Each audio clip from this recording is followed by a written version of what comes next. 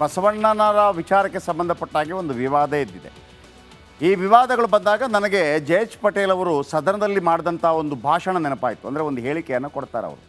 ಯಾವುದೋ ಒಂದು ಹೇಳಿಕೆಯನ್ನು ಒಬ್ಬ ದಲಿತ ನಾಯಕ, ಒಬ್ಬ MLA ಮಾತಾಡಬೇಕಾಗಿತ್ತು. ಆಗ ಜೆ ಎಚ್ ಪಟೇಲ್ ಹೇಳುವಂಥ ಮಾತು ಅಂದರೆ, ನೋಡಿ ಯಾಕೆ ಅವ್ರು ಮಾತಾಡ್ತಾ ಇಲ್ಲ ಅಂತಂದರೆ ಪಾಪ ಅವರ ಜೀನಲ್ಲೇ ಇಲ್ಲ ಅದು ಮಾತಾಡುವಂಥದ್ದು. ಅಂದರೆ ದಲಿತರಿಗೆ ಹೇಳೋದು. ಬ್ರಾಹ್ಮಣರಿಗೆ ಆರಂಭದಿಂದಲೇ ಒಂದು ಅವಕಾಶ ಇತ್ತು ಮಾತಾಡೋದಕ್ಕೆ, ಯಾಕೆಂದರೆ ಅವರು ವಿದ್ಯಾವಂತರಾಗಿದ್ದರು. ಲಿಂಗಾಯತರಿಗೆ 800 ವರ್ಷಗಳ ಹಿಂದೆ ಯಾಕೆಂದರೆ ಬಸವಣ್ಣ ಬಂದಿದ್ದರು.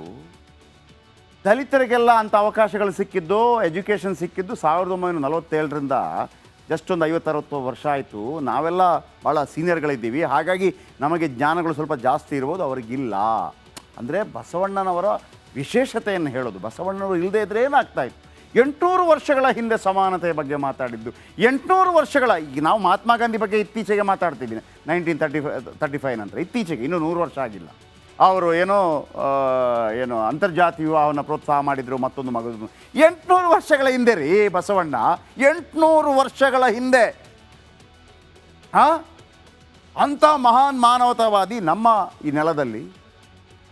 ಆಮೇಲೆ ಅವರ ಹೆಸರನ್ನು ಕೆಡಿಸೋದಕ್ಕೆ ತುಂಬ ಪ್ರಯತ್ನಗಳಾಗತ್ತೆ ಬೇರೆ ಬೇರೆ ಕಾಲದಲ್ಲಿ. ಬಸವಣ್ಣ ಅಂದರೆ ಈ ಬಸವಣ್ಣ ಅಲ್ಲ, ಬಸವ ಇದೆಯಲ್ಲ ಅದು ಬಸವ, ಹೀಗೆಲ್ಲ ಸುದ್ದಿಗಳು ಬಂತು. ಬಸವಣ್ಣ ಅಂತಂದರೆ ಇರಲಿಲ್ಲ, ಇಲ್ಲಿ ಬಸವ ಕಾಣುತ್ತಲ್ಲ ಅದೇ ಬಸವಣ್ಣ, ಹೀಗೆಲ್ಲ. ಈಗ ಯಾಕೆ ಈ ಮಾತನ್ನು ಹೇಳ್ತೆ ಅಂತಂದರೆ, ನುಡಿದರೆ ಮುತ್ತಿನ ಹಾರದಂತಿರಬೇಕು, ನುಡಿದರೆ ಲಿಂಗ ಮೆಚ್ಚಿ ಔದೌದೆನ್ನಬೇಕು. ಇವನಾರವ ಇವನಾರವ ಇವನಾರವ ಎನ್ನದಿರಯ್ಯ, ಇವ ನಮ್ಮವ ಇವ ನಮ್ಮ, ಯಾರು ಬೇಕು ಇವ ನಮ್ಮವ ಅಂತ ಹೇಳ್ರು.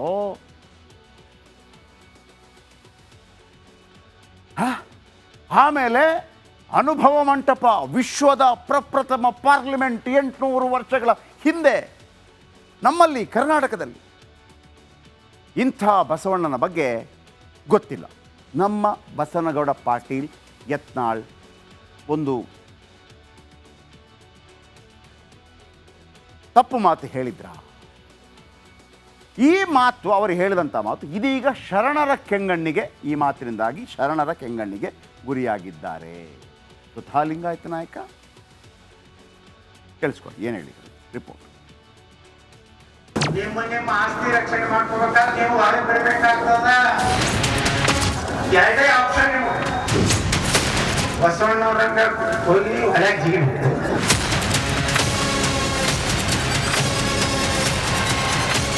ಬಸವಣ್ಣ 12ನೇ ಶತಮಾನದ ದಾರ್ಶನಿಕ, ಸಾಮಾಜಿಕ ಕ್ರಾಂತಿಯ ಹರಿಕಾರ, ಸಮಾನತೆಗಾಗಿ ಹೋರಾಡಿದ ವೀರ, ಕ್ರಾಂತಿ ಯೋಗಿ, ಭಕ್ತಿ ಭಂಡಾರಿ, ಮಹಾನ್ ಮಾನವತಾವಾದಿ. ಇಂಥ ಬಸವಣ್ಣನವರ ಬಗ್ಗೆ ಶಾಸಕ ಬಸನಗೌಡ ಪಾಟೀಲ್ ಯತ್ನಾಳ್ ಆಡಿದ ಮಾತು ವಿವಾದದ ಕಿಚ್ಚನ್ನ ಹಬ್ಬಿಸಿದೆ.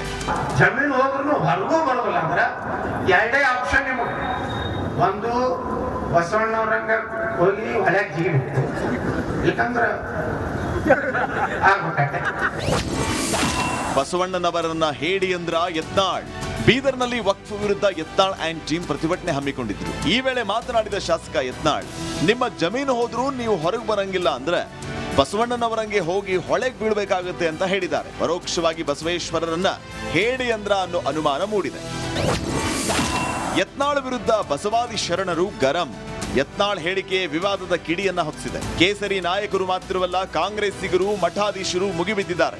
ಅಪಮಾನ ಮಾಡ್ತಿಲ್ಲ, ನಾನು ಮಠಾಧೀಶರ ವಿನಂತಿ ಮಾಡ್ತೀನಿ, ಕೈ ಮುಗಿದು ಮಠಾಧೀಶರು ಚೀಮಾರಿ ಹಾಕ್ಬೇಕಂತೇಳಿ ಅವ್ರ ಬಗ್ಗೆ ಅವಹೇಳನಕಾರಿ ಮಾತಾಡಿದಾಗ ಒಬ್ಬನ ಮಾತಾಡಿದ್ದೀರೇನ್ರಿ BJP ಅವರು? ಎಲ್ಲಿದ್ದಾರೆ ನಿಮ್ಮ ಸ್ಟೇಟ್ ಪ್ರೆಸಿಡೆಂಟ್ ವಿಜೇಂದ್ರ ಅವರು? ಇದೇ ಕುಮಾರಸ್ವಾಮಿ ಅವರು ನಿಮ್ಮ ತಂದೆಯವರಿಗೆ ಅಧಿಕಾರ ಹಸ್ತಾಂತರ ಮಾಡಿಲ್ಲ ಅಂತ ಹೇಳಿ ಲಿಂಗಾಯತ್ ಸಮಾಜದ ಹೆಸರಲ್ಲಿ ಇಡೀ ರಾಜ್ಯ ತುಂಬ ಓಡಾಡಿ ಕಣ್ಣೀರು ಸುರಿಸಿ ಮುಖ್ಯಮಂತ್ರಿ ಆಗಿದ್ದು ಬಸವಣ್ಣನವರ ಹೆಸರಲ್ಲೇ ಅಲ್ಲಪ್ಪ. ವಿವಾದ ಸ್ಫೋಟ, ಕ್ಷಮೆ ಯಾಚಿಸದ ಬಸನಗೌಡ. ಬಸವಣ್ಣನವರ ಕುರಿತ ಹೇಳಿಕೆ ವಿವಾದದ ಕಿಡಿಯನ್ನ ಹೊತ್ತಿಸಿದ್ರು ಯತ್ನಾಳ್ ತಾನು ಕ್ಷಮೆ ಯಾಚಿಸೋದಿಲ್ಲ ಅಂತ ಕಟ್ಟಿ ಮುರಿದು ಹಾಗೆ ಹೇಳಿದ್ದಾರೆ. ಎಲ್ಲರೂ ವಾಟ್ಸಪ್ನಾಗ ಮಂಗ್ಯಾನಾಗ ಮಾತಾಡಿದ್ರೆ ನಾನೇನು ಹುಡುಕಿದವ್ರಿಗೆ ಹಂಚದಂಗೆ ಹಂಚು ಮಗ ಅಲ್ಲ. ಎಲ್ಲ ಕ್ಷಮೆ ಬಿಡ್ತೀನಿ, ವಿಷಾದವೇನೂ ಇಲ್ಲ. ಸತ್ಯ ಏನೈತಿ, ಬಿಜಾಪುರ ಬಾಗಲಕೋಟೆ ಜಿಲ್ಲೆದವ್ರಿಗೆ ಗುರ್ತೈತಿ. ಬಸವಣ್ಣವ್ರ ಕೊನೆ ಏನಾಗಿತ್ತು ಅನ್ನೋದು ನಮಗೆ ಗುರ್ತೈತಿ. ಯಾಕಂದ್ರೆ ಸಾವಿರಾರು ವರ್ಷ ನಮ್ಮ ಹಿರಿಯರು ಹೇಳ್ಕೊತ ಬಂದಾರೆ ಹಿಂಗಾಯ್ತು ಬಸವಣ್ಣಂದ. ಈಗೇನು ಗುರ್ತದ? ಸುಮ್ಮ ಒಂದು ಬುಕ್ಕ ಬರೀದು ಖಂಡ್ರೇನ ಮನೆ ಮುಂದೆ, ಶ್ಯಾಮನೂರ್ ಮನೆ ಮುಂದೆ, ಯಡಿಯೂರಪ್ಪ ಮನೆ ಮುಂದೆ ಅಡ್ಯಾಡು ಗಿರಕಿ. ಈ ಬೆನ್ನಲ್ಲೇ ಬಸವಣ್ಣನವರ ಬಗ್ಗೆ ಮಾತಾಡಿ ಹಿಂದೂ ಹುಲಿ ಇರಲಾರದೆ ಇರುವೆಯನ್ನ ಬಿಟ್ಕೊಂಡಿದ್ದಂತೂ ಸತ್ಯ. ಮಲ್ಲಿಕಾರ್ಜುನ್ ಮರಕೆಲೆ, ರಿಪಬ್ಲಿಕ್ ಕನ್ನಡ, ಬೀದರ್. ಬಸವಣ್ಣನವರ ವಿಚಾರಕ್ಕೆ ಸಂಬಂಧಪಟ್ಟ ಹಾಗೆ ಒಂದು ವಿವಾದ ಎದ್ದಿದೆ. ಈ ವಿವಾದಗಳು ಬಂದಾಗ ನನಗೆ ಜೆ.ಎಚ್. ಪಟೇಲ್ ಅವರು ಸದನದಲ್ಲಿ ಮಾಡಿದಂಥ ಒಂದು ಭಾಷಣ ನೆನಪಾಯಿತು. ಅಂದರೆ ಒಂದು ಹೇಳಿಕೆಯನ್ನು ಕೊಡ್ತಾರೆ ಅವರು. ಯಾವುದೋ ಒಂದು ಹೇಳಿಕೆಯನ್ನು ಒಬ್ಬ ದಲಿತ ನಾಯಕ, ಒಬ್ಬ MLA ಮಾತಾಡಬೇಕಾಗಿತ್ತು. ಆಗ ಜೆ.ಎಚ್. ಪಟೇಲ್ ಹೇಳುವಂಥ ಮಾತು ಅಂದರೆ, ನೋಡಿ ಯಾಕೆ ಅವ್ರು ಮಾತಾಡ್ತಾ ಇಲ್ಲ ಅಂತಂದರೆ ಪಾಪ ಅವರ ಜೀನಲ್ಲೇ ಇಲ್ಲ ಅದು ಮಾತಾಡುವಂಥದ್ದು. ಅಂದರೆ ದಲಿತರಿಗೆ ಹೇಳೋದು. ಬ್ರಾಹ್ಮಣರಿಗೆ ಆರಂಭದಿಂದಲೇ ಒಂದು ಅವಕಾಶ ಇತ್ತು ಮಾತಾಡೋದಕ್ಕೆ, ಯಾಕೆಂದರೆ ಅವರು ವಿದ್ಯಾವಂತರಾಗಿದ್ದರು. ಲಿಂಗಾಯತರಿಗೆ 800 ವರ್ಷಗಳ ಹಿಂದೆ ಯಾಕೆಂದರೆ ಬಸವಣ್ಣ ಬಂದಿದ್ದರು. ದಲಿತರಿಗೆಲ್ಲ ಅಂಥ ಅವಕಾಶಗಳು ಸಿಕ್ಕಿದ್ದು, ಎಜುಕೇಷನ್ ಸಿಕ್ಕಿದ್ದು 1947ರಿಂದ ಜಸ್ಟ್ ಒಂದು 50-60 ವರ್ಷ ಆಯಿತು. ನಾವೆಲ್ಲ ಭಾಳ ಸೀನಿಯರ್ಗಳಿದ್ದೀವಿ, ಹಾಗಾಗಿ ನಮಗೆ ಜ್ಞಾನಗಳು ಸ್ವಲ್ಪ ಜಾಸ್ತಿ ಇರ್ಬೋದು, ಅವ್ರಿಗಿಲ್ಲ. ಅಂದರೆ ಬಸವಣ್ಣನವರ ವಿಶೇಷತೆಯನ್ನು ಹೇಳೋದು. ಬಸವಣ್ಣನವರು ಇಲ್ಲದೇ ಇದ್ದರೆ ಏನಾಗ್ತಾಯಿತ್ತು? 800 ವರ್ಷಗಳ ಹಿಂದೆ ಸಮಾನತೆಯ ಬಗ್ಗೆ ಮಾತಾಡಿದ್ದು. 800 ವರ್ಷಗಳ, ಈಗ ನಾವು ಮಹಾತ್ಮ ಗಾಂಧಿ ಬಗ್ಗೆ ಇತ್ತೀಚೆಗೆ ಮಾತಾಡ್ತೀವಿ, 1935 ನಂತರ, ಇತ್ತೀಚೆಗೆ, ಇನ್ನೂ 100 ವರ್ಷ ಆಗಿಲ್ಲ. ಅವರು ಏನೋ ಅಂತರ್ಜಾತಿ ವಿವಾಹವನ್ನು ಪ್ರೋತ್ಸಾಹ ಮಾಡಿದರು, ಮತ್ತೊಂದು ಮಗದು. 800 ವರ್ಷಗಳ ಹಿಂದೆ ರೀ ಬಸವಣ್ಣ, 800 ವರ್ಷಗಳ ಹಿಂದೆ. ಅಂಥ ಮಹಾನ್ ಮಾನವತಾವಾದಿ ನಮ್ಮ ಈ ನೆಲದಲ್ಲಿ. ಆಮೇಲೆ ಅವರ ಹೆಸರನ್ನು ಕೆಡಿಸೋದಕ್ಕೆ ತುಂಬ ಪ್ರಯತ್ನಗಳಾಗತ್ತೆ ಬೇರೆ ಬೇರೆ ಕಾಲದಲ್ಲಿ. ಬಸವಣ್ಣ ಅಂದರೆ ಈ ಬಸವಣ್ಣ ಅಲ್ಲ, ಬಸವ ಇದೆಯಲ್ಲ ಅದು ಬಸವ, ಹೀಗೆಲ್ಲ ಸುದ್ದಿಗಳು ಬಂತು. ಬಸವಣ್ಣ ಅಂತಂದರೆ ಇರಲಿಲ್ಲ, ಇಲ್ಲಿ ಬಸವ ಕಾಣುತ್ತಲ್ಲ ಅದೇ ಬಸವಣ್ಣ, ಹೀಗೆಲ್ಲ. ಈಗ ಯಾಕೆ ಈ ಮಾತನಾಡುತ್ತೆ ಅಂತಂದರೆ, ನುಡಿದರೆ ಮುತ್ತಿನ ಹಾರದಂತಿರಬೇಕು, ನುಡಿದರೆ ಲಿಂಗ ಮೆಚ್ಚಿ ಔದೌದೆನ್ನಬೇಕು. ಇವನಾರವ ಇವನಾರವ ಇವನಾರವ ಎನ್ನದಿರಯ್ಯ, ಇವ ನಮ್ಮವ ಇವ ನಮ್ಮ, ಯಾರು ಬೇಕು ಇವ ನಮ್ಮವ ಅಂತ ಹೇಳ್ರು.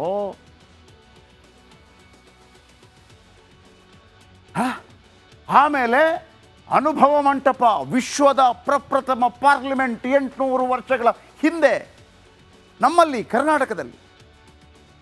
ಇಂಥ ಬಸವಣ್ಣನ ಬಗ್ಗೆ ಗೊತ್ತಿಲ್ಲ. ನಮ್ಮ ಬಸನಗೌಡ ಪಾಟೀಲ್ ಯತ್ನಾಳ್ ಒಂದು ತಪ್ಪು ಮಾತು ಹೇಳಿದ್ರ. ಈ ಮಾತು ಅವರು ಹೇಳಿದಂಥ ಮಾತು ಇದೀಗ ಶರಣರ ಕೆಂಗಣ್ಣಿಗೆ, ಈ ಮಾತಿನಿಂದಾಗಿ ಶರಣರ ಕೆಂಗಣ್ಣಿಗೆ ಗುರಿಯಾಗಿದ್ದಾರೆ. ಸ್ವತಃ ಲಿಂಗಾಯತ ನಾಯಕ ಕೇಳಿಸ್ಕೊಳ್ಳಿ ಏನು ಹೇಳಿದರು ರಿಪೋರ್ಟ್. ನಿಮ್ಮ ಆಸ್ತಿ ರಕ್ಷಣೆ ಮಾಡ್ಕೋಬೇಕಾದ್ರೆ ನೀವು ಹೊರಗೆ ಬರಬೇಕಾಗ್ತದ. ಎರಡೇ ಆಪ್ಷನ್ ನೀವು. ಬಸವಣ್ಣವ್ರಂಗ ಹೋಗಿ ಹೊರಗೆ ಜಿಗಿ.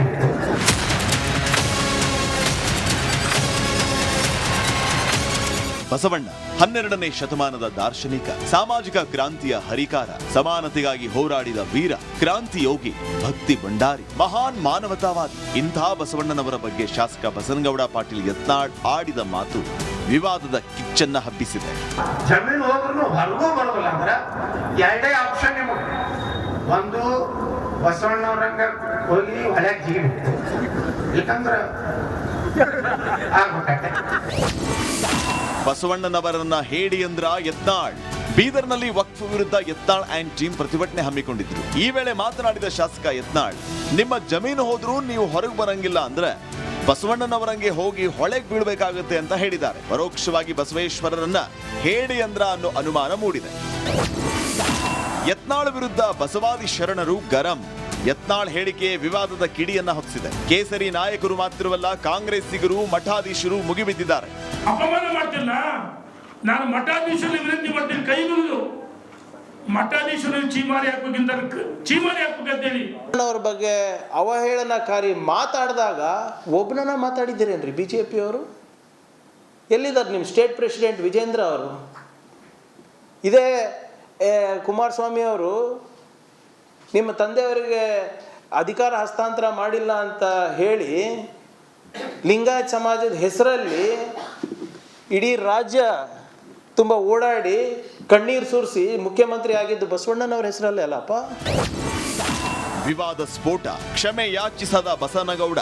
ಬಸವಣ್ಣನವರ ಕುರಿತ ಹೇಳಿಕೆ ವಿವಾದದ ಕಿಡಿಯನ್ನ ಹೊತ್ತಿಸಿದ್ರು ಯತ್ನಾಳ್ ತಾನು ಕ್ಷಮೆ ಯಾಚಿಸೋದಿಲ್ಲ ಅಂತ ಕಟ್ಟಿ ಮುರಿದು ಹಾಗೆ ಹೇಳಿದ್ದಾರೆ. ಎಲ್ಲರೂ ವಾಟ್ಸಪ್ನಾಗ ಮಂಗ್ಯಾನಾಗ ಮಾತಾಡಿದ್ರೆ ನಾನೇನು ಉಳ್ಕಿದವ್ರಿಗೆ ಹಂಚದಂಗೆ ಹಂಚು ಮಗ ಅಲ್ಲ. ಎಲ್ಲ ಕ್ಷಮೆ ಬಿಡ್ತೀನಿ, ವಿಷಾದ ಏನೂ ಇಲ್ಲ. ಸತ್ಯ ಏನೈತಿ ಬಿಜಾಪುರ ಬಾಗಲಕೋಟೆ ಜಿಲ್ಲೆದವ್ರಿಗೆ ಗುರ್ತೈತಿ. ಬಸವಣ್ಣವ್ರ ಕೊನೆ ಏನಾಗಿತ್ತು ಅನ್ನೋದು ನಮಗೆ ಗುರ್ತೈತಿ. ಯಾಕಂದ್ರೆ ಸಾವಿರಾರು ವರ್ಷ ನಮ್ಮ ಹಿರಿಯರು ಹೇಳ್ಕೊತ ಬಂದಾರೆ ಹಿಂಗಾಯ್ತು ಬಸವಣ್ಣಂದ. ಈಗೇನು ಗುರ್ತದ ಸುಮ್ಮ ಒಂದು ಬುಕ್ಕ ಬರೀದು ಖಂಡ್ರೇನ ಮನೆ ಮುಂದೆ, ಶ್ಯಾಮನೂರ್ ಮನೆ ಮುಂದೆ, ಯಡಿಯೂರಪ್ಪ ಮನೆ ಮುಂದೆ ಅಡ್ಯಾಡು ಗಿರಕಿ. ಈ ಬೆನ್ನಲ್ಲೇ ಬಸವಣ್ಣನವರ ಬಗ್ಗೆ ಮಾತಾಡಿ ಹಿಂದೂ ಹುಲಿ ಇರಲಾರದೆ ಇರುವೆಯನ್ನ ಬಿಟ್ಕೊಂಡಿದ್ದಂತೂ ಸತ್ಯ. ಮಲ್ಲಿಕಾರ್ಜುನ್ ಮರಕೆಲೆ, ರಿಪಬ್ಲಿಕ್ ಕನ್ನಡ, ಬೀದರ್.